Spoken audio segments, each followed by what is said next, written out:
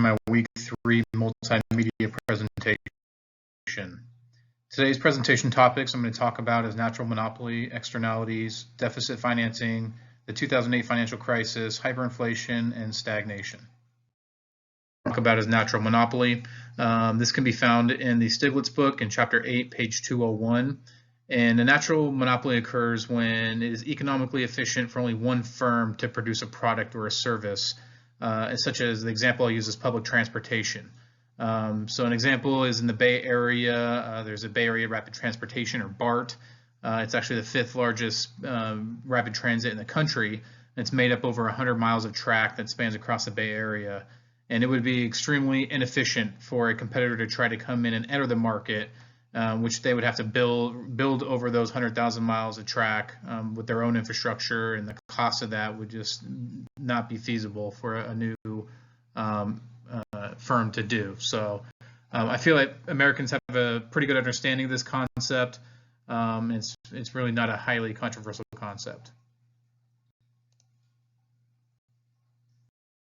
Talk about is externalities. This can be found in chapter 4 on page 86 and also chapter 6, page 130 in the Stiglitz book. It's also discussed in week 3 video by Jacob Clifford titled Negative Externalities. The externalities at a high level are basically secondary effects of a transaction in the market. There are positive and negative externalities that can arise from a service or of a product.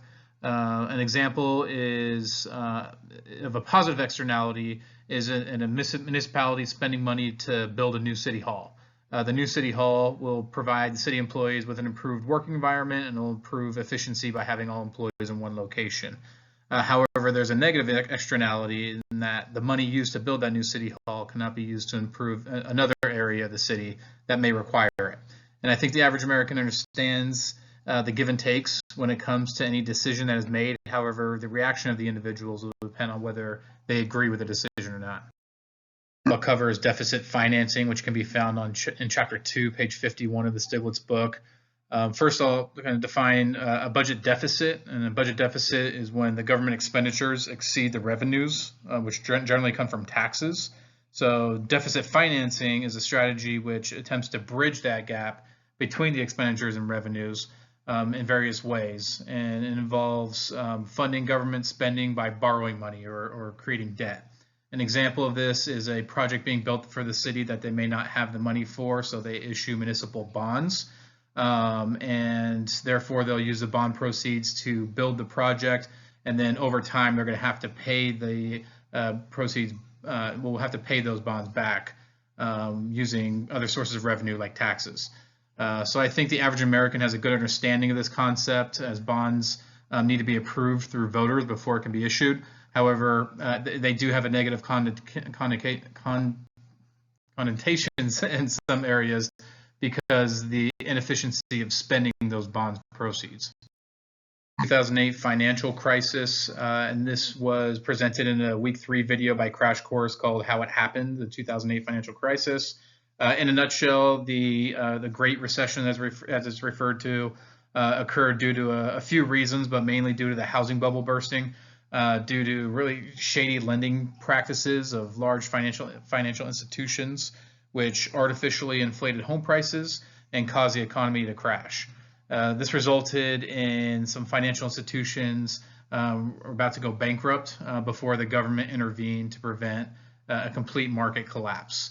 And I believe that Americans are very aware of the Great Recession, as it's a recent event. However, I don't think they fully understand what happened to cause it, because there are people out there saying that these lending practices are still continuing to happen today. So I don't think we fully understand why it happened. Hyperinflation. This was covered in a week 3 video by Crash Course called Recession, Hyperinflation, and Stagflation. Hyperinflation is a rapid increase in the price level of goods and services, typically characterized by inflation rates exceeding 50% per month. And the value of the currency of the country deteriorates rapidly. The prices for everyday items rise rapidly, making the money practically worthless. And this can be caused by excessive money supply growth, a loss of confidence in the currency, fiscal mismanagement, and economic shocks. An example of hyperinflation is in Germany during the 1920s. After World War I, Germany faced major economic hardships and then was also forced to pay massive amounts of reparations.